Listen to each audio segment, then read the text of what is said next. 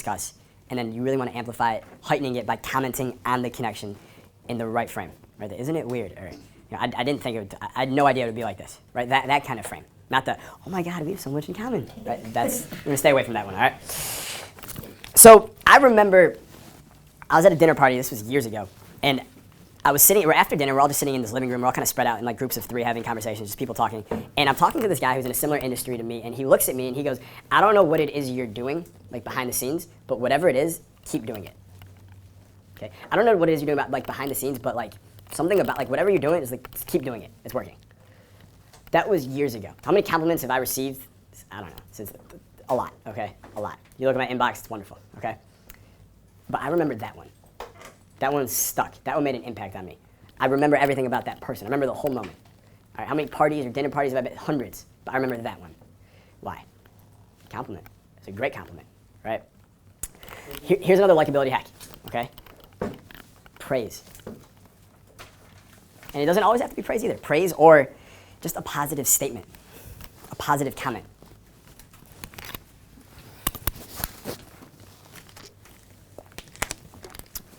Now, granted, not all compliments are created equal, are they? Right? You're awesome doesn't create the same emotion as I don't know what it is you're doing behind the scenes, but whatever it is you're doing is working, so keep doing it. Like, that's a great compliment. Okay? Now, here's what's interesting. What makes a compliment great? Right? When we feel that it's unique and it's just for us. It's not a generic compliment. It can't just be said to anyone. It's for us.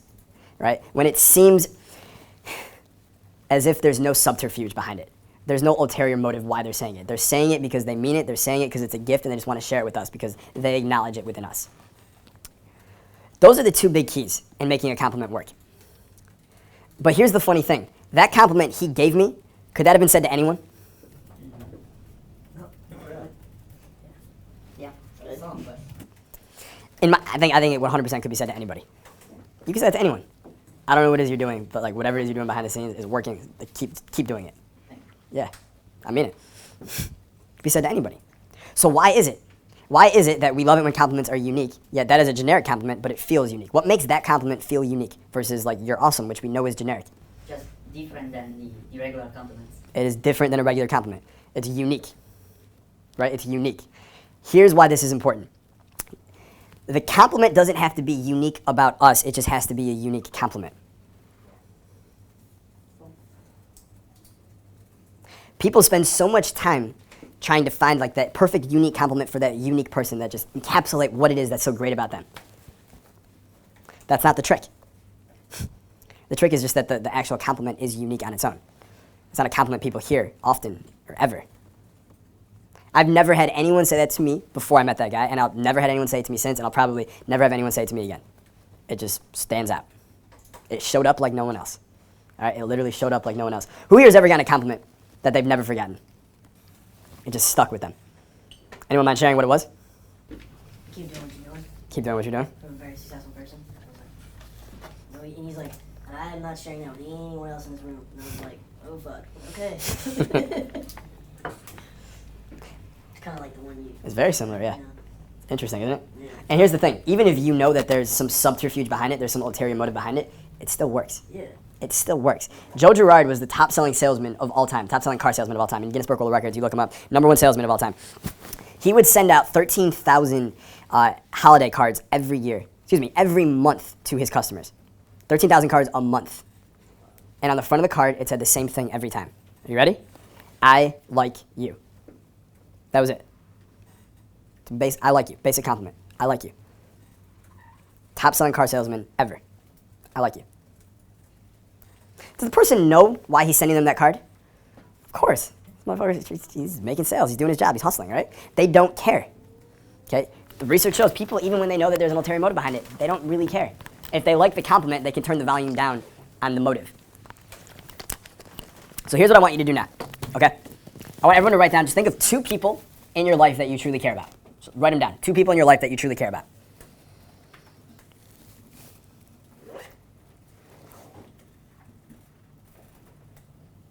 Now here's what I want you to do. I want you to write a unique compliment for each of those people. Okay, write a unique compliment for each of those people. Take a second to think about it. And again, remember, it can be unique to them, but it's more important that the compliment is just a unique compliment on its own. It's not something that they hear often.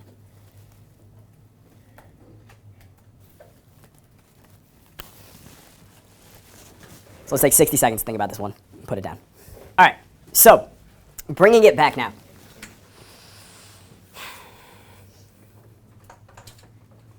Who has one that they want to share? You don't have to say who it's for or whatever. Just one you want to share. Let's go right here first. You are a very outspoken person. Keep doing what you're doing.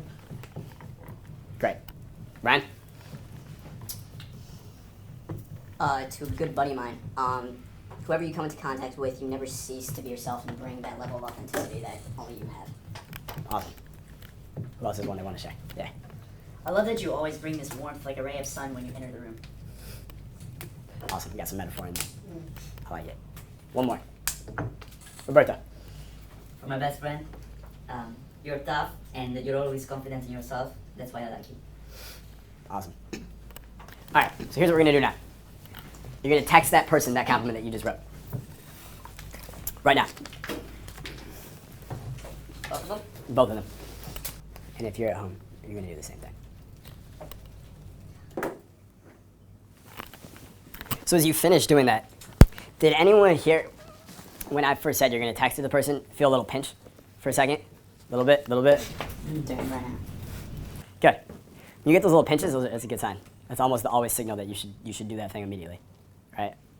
And the reason I want you to do that is this is great talking about it. It's great knowing it intellectually. It's great even being able to write it, right? But being able to send it is now you're taking a physical action in the real world. Right now you're training yourself. And this is something you can do for people. These are like, remember, people remember a positive statement about them for years to come. And they'll always remember the source of that statement, right? These are these little gifts you can just give to people. They're free.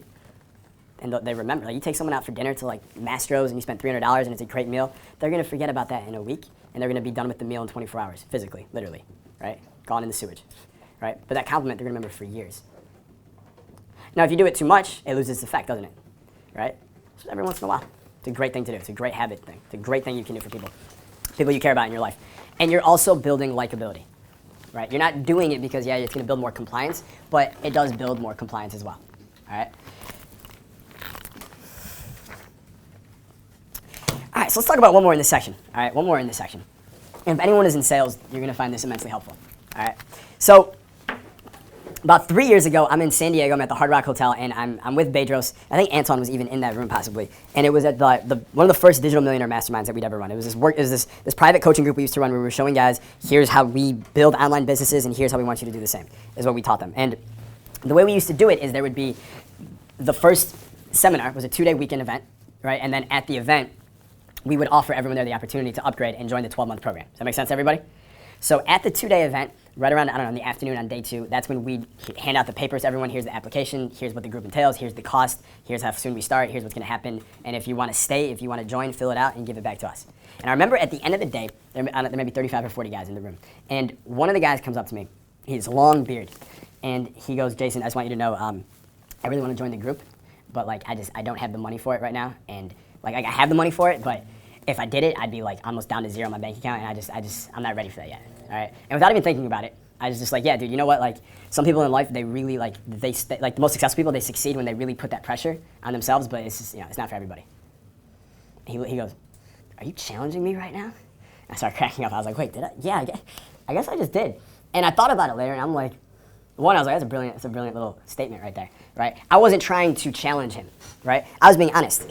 People really, like all the most successful people I know, because they have an abundance mentality, they have no problem going to zero or close to zero in their bank account. It doesn't faze them, right? They actually succeed. They do better by putting that insane pressure on themselves. I know for me personally, that's how I keep going up. It's the only way. I have to put that pressure on myself. Otherwise, it's just, shit's too good, it's too comfortable, and I'm very good at just, like that's like the secret about me. People think I'm like the super ambitious hard worker, and I am, but it is not natural for me, okay? I'm an amazing chiller. I'm world class at chilling. Like I really want you to know that. Like I can sit on a couch and just hang out and crack jokes and drink mojitos by the beach or something. I can do that forever.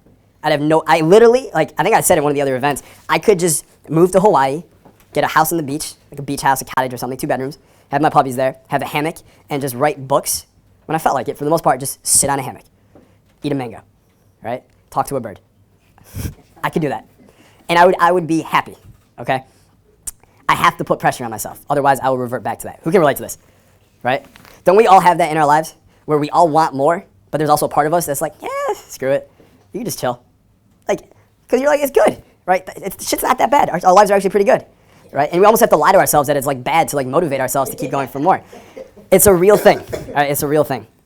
But I want to talk about what I did with him when he said he couldn't afford it, when it would send his bank account to zero, right? Because most people in that situation, like him telling me that, I wasn't trying to close the sale. I wasn't trying to turn an objection into a close and actually close the sale there, right? I'm abundant. I'm not needy. Those aren't like words I say. Those are real things. He doesn't want to join. I'm like, dude, it's all good. Some people succeed by putting that pressure on themselves, but it's not for everyone.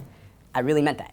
Now, as an aside, reverse engineering how I did that, because I realized, and here's the part, he joined the group. That was the part I didn't tell you about the story. I should have told you that first. He ended up joining the group. So knowing that, I was like, it'd probably be really good if I could reverse engineer how I did that and be able to use that in any situation with any objection, right? So I did, and that's what I'm gonna share with you now, all right? So here's how I think about objections, okay? I wish I had one. Whenever I get coins like quarters or pennies or anything like that, I leave them in public. I don't like coins. I think pennies should be just removed from currency. No one needs pennies anymore. Like what? Seriously, what do we need pennies for? Anyone use pennies here? Is that right? So it's costing us money to have pennies. Yeah, I think that should just be removed. Get rid of the coinage. Just nickels are fine, right? I don't like coins. I don't like carrying them. I don't keep them in the middle of my car. I get like 48 cents back from like a cafe. I just leave it. If there's a tip jar, I tip it, but otherwise, I just leave it in bushes. I just leave it on steps. I just leave it there. I'm just like, universe, gift. I really do this. Yeah, just drop it, walk away. It's gangster. It's charitable, yeah. And I don't know when I first started if I was thinking like I'm training my abundance muscle here. Is that what I'm doing? Because it kind of is, like money's everywhere. I can just leave it there. It's no big deal. I just do it. I really, at this point, I've convinced myself I just don't like coins.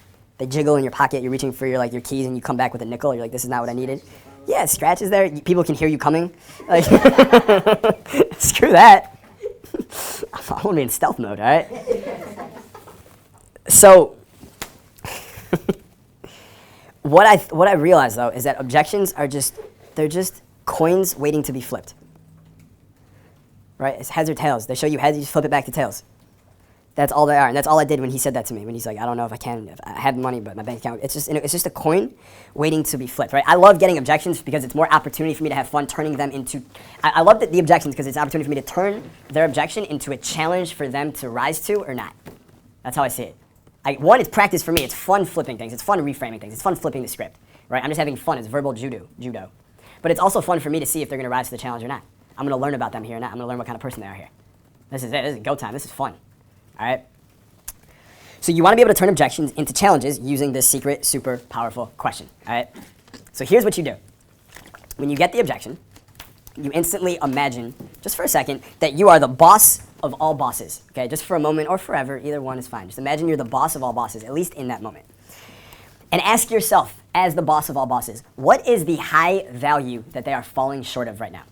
What is the high concept, the high value, the big important characteristic trait that they are not living up to right now? So for him, when he says, I have the money, but my bank account would go low, and then I don't know. What value is he falling short of in that moment? What's that? Abundance. Abundance? That could be one. Yep, you can flip it there. What else? And there's the thing. Every time you ask this, there's multiple answers. You're the boss of all bosses. This person is not living up to a certain trait when they say that they can't do it. What value are they not living up to? How about risk-taking? Yeah. They're afraid of taking a risk, right? So we have abundance, and we have they're not being a risk-taker in life, right? I don't know anyone who's really juiced with their life if they're just constantly looking to avoid risk in every situation, right? That's Mr. Play It Safe we were talking about before, or Mrs. Play It Safe. Same thing. Yeah, you don't want to just dive in every risk. Be like, I'm gonna jump off this bridge. It's a risk, but I'm a risk taker. Like, you approach risk strategically, right? You take a calculated risk, but you're always open to risk, all right? So those are two values, right? So it's two questions. What's the value that they're falling short of? And the second question is, how is this him or her saying that they're not quite ready to live to that value yet? How is this person saying that they're not quite ready to live to that value yet? And with these two answers, you're able to put together the response. So he says, I have the money, my bank account would go to zero. I don't know if I'm ready for that. What value is he not living up to yet? He's not living up to being a risk taker yet. How is this him or her saying that they're not quite ready to be a risk taker yet? How is this him saying that he's not ready to be a risk taker yet?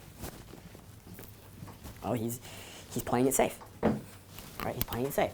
So my response is simple. Well, there's two types of people in life, right? There's people who go for it, and there's people who play it safe, and the first one's not for everybody.